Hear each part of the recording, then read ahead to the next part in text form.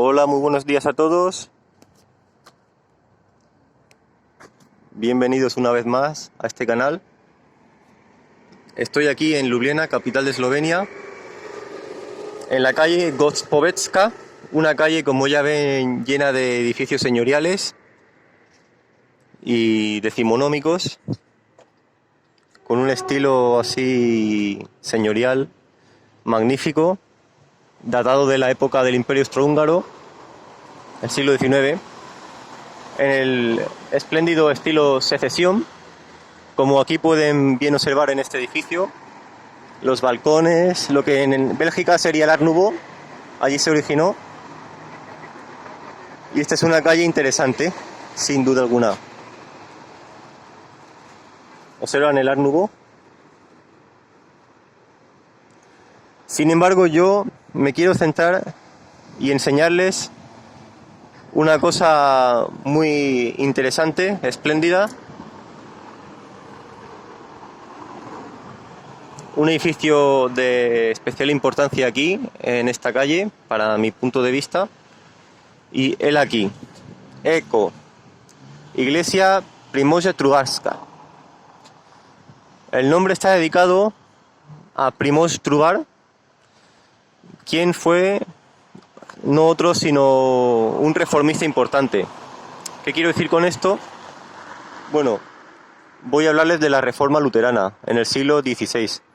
Como bien saben, la historia empezó con Martín Lutero, el cual se rebeló, protestó, de ahí protestante, contra Roma y la hipocresía romana y papista del Vaticano, de la compra de indulgencias y la mercantilización de las propiedades y dinero y etcétera, etcétera. El mercantilismo de la Iglesia, la cual predicaba la humildad, todo eso, fue algo que él fuertemente contestó, y por eso de ahí que fuera un gran contestatario y protestante en el cisma nuevo que creó, que por supuesto, por cierto, fue un cisma surgido del seno de la Iglesia Católica, de la misma Roma, pero que cortó con Roma. Así bien, hecha la introducción, les diré de esta iglesia que es maravillosa. Una iglesia sencilla dentro de lo que es Ljubljana. Interesante las torres, las agujas, hechas de bronce, el verde bronce. Esto está muy en el centro de Europa, muy arraigado en Francia también, este tipo de motivo arquitectónico. Agujas recubiertas de este material. Y bueno, arquitectónicamente la iglesia es sencilla, es luterana y corresponde a la doctrina que rechaza formas tan católicas como el barroco y tan recargadas.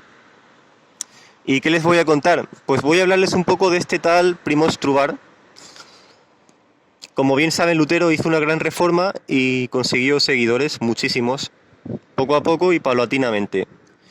Otra de las cosas que criticaba Lutero, la liturgia, se basaba en la Biblia, que habría enseñarse en la lengua culta. Se impartía y se leía en latín por el sacerdote. Esto, por cierto, resultaba algo distante que convertía en un elemento de distanciamiento al pueblo llano. Creaba una superioridad de Roma con respecto a otros sitios de Europa y el protestantismo lo criticó.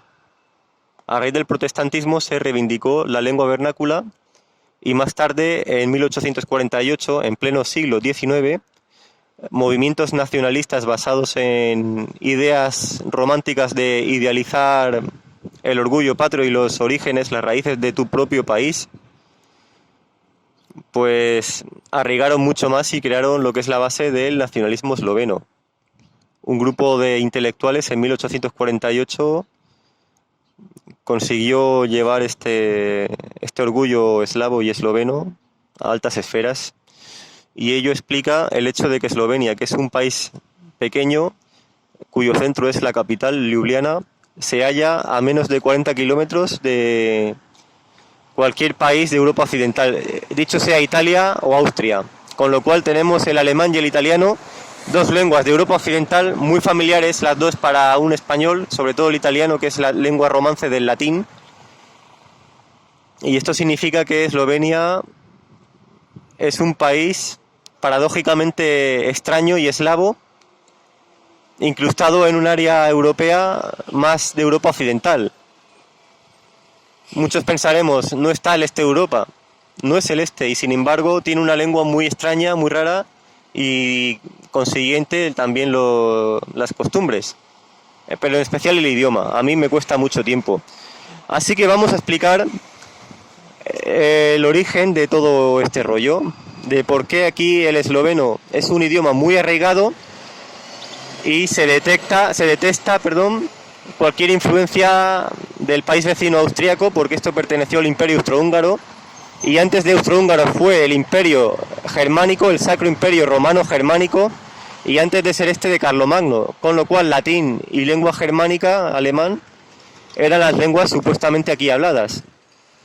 No obstante, esto no sirvió de nada, o sea, desde la época romana este país perteneció al mismo Imperio Romano, a los celtas antes de ser romana, y con esto les digo que lo mismo que ha tenido España lo ha tenido Eslovenia. ¿Qué es lo que cambia? ¿Por qué Eslovenia es un país eslavo con una lengua tan extraña y distinta, distante a nosotros? Pues bien, les voy a explicar. La Reforma Protestante la llevaron a cabo los seguidores de Lutero, de una rama concretamente la evangelista, aquí caló mucho en Eslovenia. Este es un país, por cierto, muy religioso, tiene 3.000 iglesias dispersas en todo su territorio. Y los reformistas, 3 de ellos en el siglo XVI, destacaron especialmente. El primero, el más importante de todos, en su honor la iglesia tiene el nombre.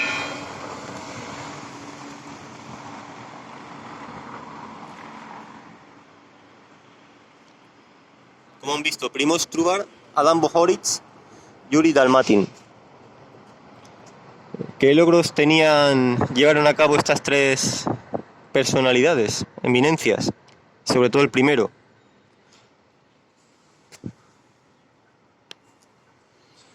Pues bien, ni más ni menos que la traducción de la Biblia. Señores, la traducción de la Biblia fue importantísima. He ahí la explicación de por qué el idioma esloveno es un idioma tan arraigado y querido y solo usan el inglés para tratar con extranjeros o ámbito internacional. Lo cual quiere decir amigos, familiares, incluido en el trabajo y administración, y vecinos, por supuesto, se usa el esloveno y se rechaza cualquier idioma extranjero que no sea el inglés, aún siendo el alemán lengua vecina que ha estado hasta 1918 imperando en este pueblo. 1918 es una fecha clave por la caída del Imperio Austrohúngaro, ya saben, Sisi, emperatriz, Francisco José, el siglo XIX, la época del vals de Mozart, pues esto venía de Austria, caballeros, y de ahí que el Imperio Austrohúngaro tuviera un papel especial en Europa. No es menos que un orgullo para Eslovenia, o habría de serlo, haber pertenecido a esta corporación. Sin embargo, hay que decir que Serbia se adjudicó este territorio desde 1918 a raíz de tratados como Versalles o Saint-Germain, cuando las potencias austrohúngara y alemana fueron derrotadas. Estos tratados fueron políticos y, por supuesto, Eslovenia es el lugar soleado de los Alpes. Todo lo que pertenecería a los austríacos, que son los Alpes, incluidos los del sur, y llanuras y estribaciones colindantes, a partir de ahora van a pertenecer a otro reino, lo cual me parece injusto y desproporcionado, pero bueno, así es. Que Eslovenia corresponda a la parte soleada de los Alpes me parece genial, pero bueno, los Alpes austríacos corresponderían a Austria, digo yo. Tienen más la influencia austríaca. Sin embargo, como ya dije, este país está muy afín a Italia, Austria, países de Europa Occidental, como lo son España, Gran Bretaña, Bélgica, Alemania, sobre todo, Portugal o Italia, también Italia, que es la cuna de Europa Occidental, el Imperio Romano, Occidente. Entonces, claro, es chocante pensar que este influjo no se haga ver, no se habla ni italiano ni alemán. Es una pena para quien venga que aparte del inglés pudiera usar una lengua que le sea familiar, el italiano por ser lengua romance, y sin embargo el rechazo a estas lenguas aquí se da bastante considerable. Todo lo que venga de Italia o de Austria, en cuestión lingüística, no se admite. Pocos eslovenos saben lenguas extranjeras si quitas el inglés. Y hay dos lenguas que más que extranjeras deberían decirse vecinas, pero por rechazos del pasado o paneslavismo, cuestiones ideológicas y nacionalistas, así han transcurrido. Dicho lo cual, he ahí la razón por la que en Eslovenia el arraigo lingüístico sea muy intenso, y yo lo comprendo porque es una lengua minoritaria, no hablada por más de 2 millones de habitantes. Es normal que quieran aferrarse a ella y conservarla. Es el único territorio que tienen. Ni el 2% del planeta Tierra está ocupada por esta tierra, así que lo entiendo. Pero bueno, que ya digo, un poquillo de alemán o de italiano podría usarse. Al menos una conversación corta.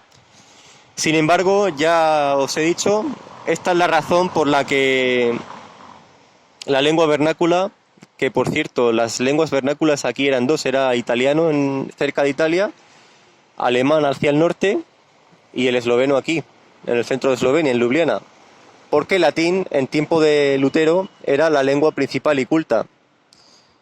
Así que habría dos lenguas vernáculas. Pero bueno, claro, el alemán tenía mucha más fuerza que el esloveno, con lo cual a ellos debemos algo tan importante como, sobre todo a este, la traducción de la Biblia en 1584. Ya en 1550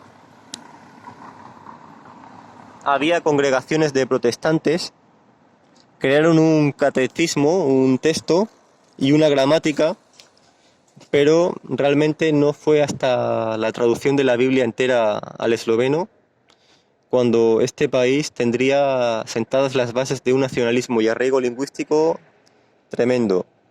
Dicho lo cual, ha sido un placer. Hasta luego.